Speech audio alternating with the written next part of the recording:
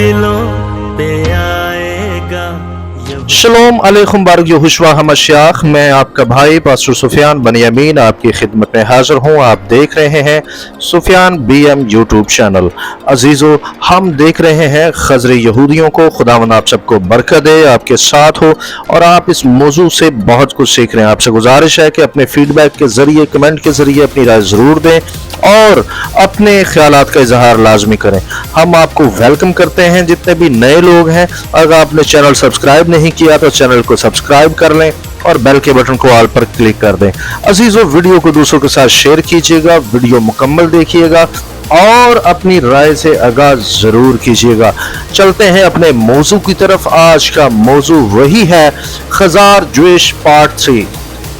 अजीजों, इस पर हम 2 वीडियोस पहले भी बना चुके हैं। आपसे गुजारिश है कि अगर आपने वो वीडियो नहीं देखी तो आप प्लीज़ प्लीज़ प्लीज़ उनको ज़रूर देख लें ताकि आपको पूरी स्टडी का पता चल सके और पूरी तारीख़ आपको समझ आए। मेरी कोशिश है कि खज़री यहूदियों के मुतल्लिक़ सारी तारीख़ आपको पढ़ाई जाए ताकि आप लोग ये जान जाएं कि इस वक्त इसराइल के ऊपर जो लोग काबिज़ हैं वो कौन हैं। असल में इनको यहूदी भी कहना दुरुस्त नहीं है, लेकिन सिर्फ पहचान की खातिर मैं इनको खज़री यहूदी कहता हूँ, लेकिन असल में ये यहूदी नहीं है। सो आए इनके मुतल्लिक़ मज़ीद देखते हैं। जैसा कि मैंने आप लोगों को बताया था कि ये इश्कनाज़ी हैं। जैसा कि पैदाइश की किताब 10 बाब की आयत नंबर 2 और 3 कहती है कि इश्कनाज़ी याफ के बेटे रेफ्त और तुर्जुमा और जुमर के बेटे थे। चूँकि तमाम शिम की नस्ल के लोग अपना नाम शिम से लेते हैं, इससे जाहिर होता है कि इश्कनाज के बच्चे भी शिम की नस्ल से नहीं है। लिहाजा आर्थर कोस्टल अपनी किताब 13 ट्राइब्स के अंदर लिखता है कि खज़रियों के बादशाह जोसेफ ने 960 ईस्वी में कोड वॉ स्पेन में एक यहूदी डॉक्टर को एक खत लिखा। उसने बहरे असूद के शुमाल में कहीं एक यहूदी बादशाहत के बारे में सुना था और इसलिए उसने उसके बादशाह को एक खत के साथ एक कोरियर भेजा। उसमें बादशाह अपनी कौम का शजरा निसब बयान करता है। कोस्टल अपनी किताब में जोसेफ के बयान कुछ यूँ लिखता है। इसके बाद जोसेफ अपने लोगों का निसब नामा फराहम करने के लिए आगे बढ़ा। अगरचा एक शदीद यहूदी कौम परस्त को यहूदा का राज संभालने पर फख्र है, वो उनके लिए शिम की नस्ल होने का दावा नहीं कर सकते हैं और ना ही वो दावा करते हैं। इनकी आबाओजाद का तल्लुक शिम की नस्ल से नहीं है बल्कि नूह के तीसरे बेटे याफ से है, या ज़्यादा वाज़ेह तौर पर याफ के पोते तुजरमा से मिलता है जो तमाम तुर्क कबाइल का आबाओजाद है। हमने ये मालूमात अपने बाप दादा के ख़ानदानी रजिस्ट्रों में पाई है। जोसेफ ने बड़ी ढिठाई से कहा, तुजरमा के 10 बेटे थे और उनकी औलाद के नाम ये हैं: एगवर, आर रस्यू, आरवास, हेन, बेसेही, तरनियाख, खजार, ज़गरा, बलगियारी, साबर और हम 7वें बेटे यानी खजार के बेटे हैं। एगवर, आवरस्यू और आरियास, हेन, बेसेही, तरनियाख, खजार और ज़गवारा और बलगारी, साबर और हम 7वें बेटे यानी खजार के बेटे हैं। इस खत से जो अक्सर यहूदी मौरखीन ने नकल किया है और नतीजा अखज़ किया है कि खज़र ख़ास तौर पर इश्कनाज़ के भाई तुजरमा से तल्लुक़ रखने वाले के तौर पर पहचाने जाते हैं। हम पैदाइश 10 बाब आयत नंबर 2 तक 3 में ये बात पढ़ सकते हैं। पैदाइश 10 बाब आयत नंबर 2 और 3 में यूँ लिखा है, बनी याफ्त ये हैं: जुमर और माजूज और मादी और यावन और तोबल और मिसक और तरियास और जुमर के बेटे इश्कनाज़ और रफ़ेत और तुर्जुमा। तुजरमा को हिजकियेल 38 बाब आयत नंबर 2 ता 6 में भी दर्ज किया गया है कि वो अपने बाप जुमर और अपने चाचाओं यानी माजूज, मेशक और तोबल के साथ इसराइल के पहाड़ों पर हमले में इत्तेहादी था। खज़री अब्राहम, इसहाक और यकूब की नस्ल से दूर तक तल्लुक़ नहीं रखते हैं बल्कि ये हिजकियेल की पेशन गोई के मुताबिक इसराइल के दुश्मन हैं। हिजकियेल 38 बाब की पहली आयत से लेकर 6 में लिखा है, और खुदावन का कलाम मुझ पर नाज़िल हुआ कि आदमजाद जूज की तरफ जो माजूज की सरजमीन का है और रूश और मीसक और तोबल का फरमानरवा है, मतवज्जो हो और उसके खिलाफ नबूवत कर और क्या खुदावन खुदा यूँ फरमाता है कि देख है जूज, रूश और मीसक और तोबल के फरमानरवा, मैं तेरा मुखालिफ हूँ और मैं तुझे फिरा दूंगा और तेरे जबड़ों में आंकड़े डालकर तुझे اور تیرے تمام لشکر اور گھوڑوں اور سواروں کو جو سب کے سب مسلح لشکر ہیں، جو پھیریاں اور سپریں لیے ہیں، سب کے سب تغزن ہیں، کھینچ لاؤں گا، اور ان کے ساتھ فارس اور کوش اور فوت جو سب کے سب سپر برادر اور خود پوش ہیں، جمر اور اس کا تمام لشکر، اور شمال کی دور اطراف کے اہل تجرمہ اور ان کا تمام لشکر، یعنی بہت سے لوگ جو تیرے ساتھ ہیں۔ وہ کرسچن جو صہیونیوں کے حق میں ہیں یا صہیونیوں کو سپورٹ کرتے ہیں، یہ نہ جانتے ہوئے اور اس پہلو کو نہ پہچانتے ہوئے شروع سے ہی یہ یقین رکھا ہے کہ دراصل یہ یہودی ہیں، جبکہ وہ یہودی نہیں تھے، دراصل وہ خزری ہیں اور روسی حملہ آور تھے، جن کے بارے میں حزقیل 38 اور 39 میں پیشن گوئی کی گئی تھی۔ لیکن یہودی تاریخ خود بتاتی ہے کہ حملہ آور خود روسی نہیں ہوں گے، عام طور پر روسی اور مشرقی یورپ کے خزار ہوں گے۔ اگر آپ ایک کرسچن ہیں اور صہیونی سپورٹ کرتے ہیں تو میں آپ کے جذبات سے ہمدردی کا اظہار کرتا ہوں۔ میں بھی کلیسیا میں صہیونیت کے پرجوش حامی کے طور پر پرورش پاتا رہا ہوں، ان تمام خیالات کا حامی تھا جن پر صہیونی آج یقین رکھتے ہیں، لیکن میری خوش قسمتی سے مجھے ایسی کتابیں پڑھنے کو مل گئیں جن کا چرچ نے کبھی ذکر تک نہیں کیا تھا، باشمول جوش انسائکلوپیڈیا اور خزار، جس نے ثابت کیا کہ مجھے نسلی اسرائیلیوں کی شناخت اور حزقیل 38 باب اور 39 باب کی پیشن گوئیوں کے سلسلے میں کئی سالوں سے گمراہ کیا گیا تھا۔ اور بھی بہت کچھ ہے جو چھپا ہوا ہے، جس کو عیاں کرنا بہت ضروری ہے۔ میری کوشش یہ ہوگی کہ میں اس چینل کے ذریعے آپ لوگوں کو وہ باتیں بتا دوں جو پاکستان کے اندر نہیں بتائی گئیں۔ میرا یہ مقصد چینل بنانے کا بھی یہی ہے کہ کلیسیا کو درست تعلیم سے آگاہ کیا جائے اور درست حقائق سے آگاہ کیا جائے۔ آپ سے گزارش ہے کہ آپ اس ویڈیو کو دوسروں کے ساتھ بھی شیئر کریں۔ نبی ہمیں بتاتا ہے کہ جوج ماجوج اور ترجمہ کی مکمل تباہی آخر میں واقع ہوگی۔ حزقیل 39 باب آیت نمبر 9 تا 17 جب آپ پڑھتے ہیں تو آیت 17 کا حوالہ مکاشفہ 19 باب آیت نمبر 17 اور 18 میں دیا گیا ہے، جس سے ظاہر ہوتا ہے کہ یہ موجودہ دور کے آخر میں ہوگا، جب سچائی کا لمحہ آئے گا۔ کرسچن اور مسیحی کو یہ تسلیم کرنے پر مجبور کیا جائے گا کہ مشرقی یورپ سے آنے والے زیادہ تر صہیونی دراصل پیشن گوئی کو پورا کر رہے تھے۔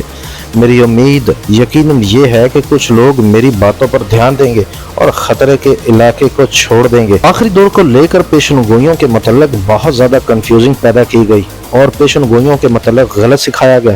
آج بہت سارے لوگ یہ سمجھتے ہیں کہ موجودہ اسرائیل کی سرزمین اسرائیل کے قبضے میں ہے، اور بہت سارے لوگ پاسٹر ربائی پیشن گوئیوں کا ایک پنڈورا لے کر اپنے یوٹیوب چینلز اور اپنی فیس بک پیج پر حاضر ہو جاتے ہیں اور لوگوں کو گمراہ کیا جاتا ہے۔ میری آپ سے گزارش ہے کہ سب سے پہلے یہ دیکھیں کہ اسرائیل کی سرزمین پر خدا کی قوم واپس آ چکی ہے یا نہیں۔ باقی دیگر پیشن گوئیوں کا تعلق بعد میں ہے، لیکن یہ جوج مجوج کا سلسلہ ان خزری یہودیوں پر فٹ بیٹھتا ہے جو کہ تمام اسرائیل کی سرزمین پر قابض ہو چکے ہیں۔ ان کے متعلق یہوشوا ہمشیاخ نے بھی خاص طور پر متی کی انجیل میں پیشن گوئی کی تھی۔ اس پیشن گوئی کو سمجھنا ہمارے لیے بہت ضروری ہے۔ متی کی انجیل 7 باب آیت نمبر 15 میں لکھا ہے، جھوٹے نبیوں سے خبردار رہو جو تمہارے پاس بھیڑوں کے بھیس میں آتے ہیں مگر باطن میں پھاڑنے والے بھیڑیے ہیں۔ یاد رہے کہ جب اصطلاح بھیڑیں استعمال ہوتی ہے تو یہ خاص طور پر بنی اسرائیل کے لیے اصطلاح استعمال ہوتی ہے۔ بھیڑیں لفظ اسرائیل کے علاوہ بائبل مقدس میں کبھی بھی کسی کے لیے استعمال نہیں کیا گیا، خاص طور پر خداوند کی بھیڑیں۔ جیسا کہ حزقیل کی کتاب 34 باب کی آیت نمبر 12 میں بھی یہوہ پاک خدا اسرائیل کو اپنی بھیڑیں کہتا ہے، اور اس کے بعد یوحنا کی انجیل 10 باب کی آیت نمبر 15 میں بھی اسرائیل کو یہوشوا ہمشیاخ نے بھیڑیں کہا۔ داؤد نے بھی اسرائیل کو اور اپنے آپ کو خداوند کی بھیڑوں کے ساتھ تشبیہ دی ہے۔ بنی اسرائیل کو وہ اکثر اپنی زبور کی کتاب میں بھیڑوں سے تشبیہ دیتا ہے۔ اس کے لیے دیکھیں زبور 44 آیت نمبر 22، زبور 79 آیت نمبر 13 اور زبور 95 آیت نمبر 7، زبور 100 آیت نمبر 3۔ متی کی انجیل میں بھی یہوشوا ہمشیاخ نے 10 باب کی آیت نمبر 6 میں یہ فرمایا کہ بنی اسرائیل کے گھرانے کی کھوئی ہوئی بھیڑوں کے پاس جانا۔ جب انہوں نے 12 رسولوں کو خدمت کے لیے بھیجا تو انہیں خاص طور پر بنی اسرائیل کے پاس بھیجا گیا اور یہ کہہ کر بھیجا کہ بنی اسرائیل کی کھوئی ہوئی بھیڑوں کے پاس جانا، یعنی یہاں بھی بنی اسرائیل کو भेड़ों के साथ तशबीह दी गई। मत्ती की इंजील 15 बाब की आयत नंबर 24 में भी यहोशुआ हमश्याख ने कहा, उसने जवाब में कहा कि मैं इसराइल के घराने की खोई हुई भेड़ों के सिवा और किसी के पास नहीं भेजा गया। यहाँ भी खुदावंद यहोशुआ हमश्याख ने बनी इसराइल को भेड़ों के साथ तशबीह दी। इसके अलावा आप यसाया, यर्मिया और दीगर सहाइफ में देख सकते हैं कि जब भी इस्तिलाह भेड़ें इस्तेमाल की गई तो वो ख़ास तौर पर बनी इसराइल के लिए की गई। तो अजीज़ों, अब आपको बात समझने में आसानी होगी कि जब यहोशुआ ने ये कहा कि भेड़िए भेड़ों के रूप में आते हैं तो इसका क्या मतलब है? इसका मतलब ये है कि गैर अक़वाम खुद को डुप्लीकेट इसराइल बना कर आएंगे, यानी खुद को खुदा की कौम करार देंगे जबकि वो कौम नहीं होंगे। फिर आयत का पहला हिस्सा ये भी कहता है कि झूठे नबी आएंगे जो बातन में फाड़ने वाले भेड़िए होंगे, जो कि भेड़ों के रूप में आएंगे। अजीज़ों, खजार ज्विश में आजकल बहुत सारे रबाई मौजूद हैं जो बनी इसराइल के मतलब बहुत सारी प्रोफेसीज करते हुए नज़र आते हैं और बहुत सारी तफसीरें भी करते नज़र आते हैं। लिहाजा सबसे पहले एक बात याद रखें कि हैकल तब तक नहीं बन सकती जब तक पूरा इसराइल के अंदर वापस ना आ जाए।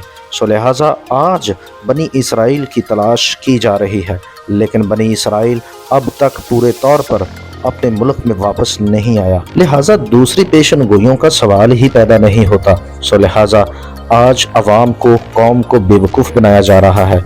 बहुत सारी प्रोफेसीज की गलत तशरीह करके लोगों को झूठी नबूवतें सिखाई जा रही हैं, जैसा कि मसाया ने कहा था।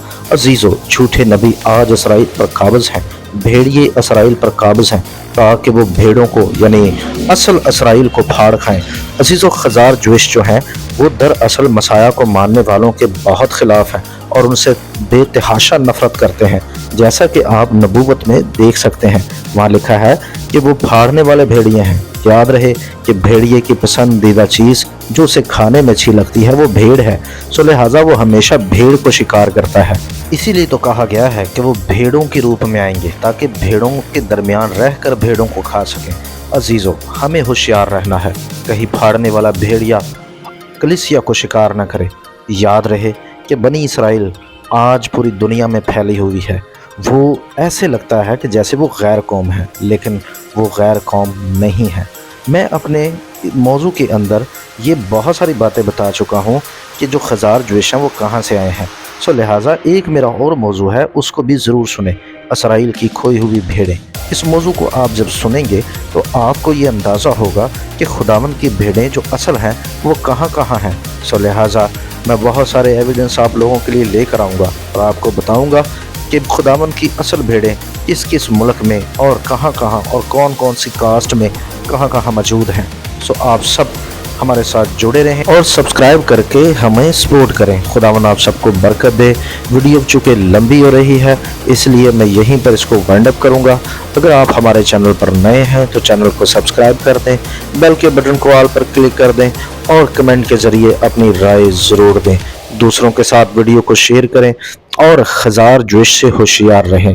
सो खुदावंद आप सबके साथ हो। शलोम अलैकुम।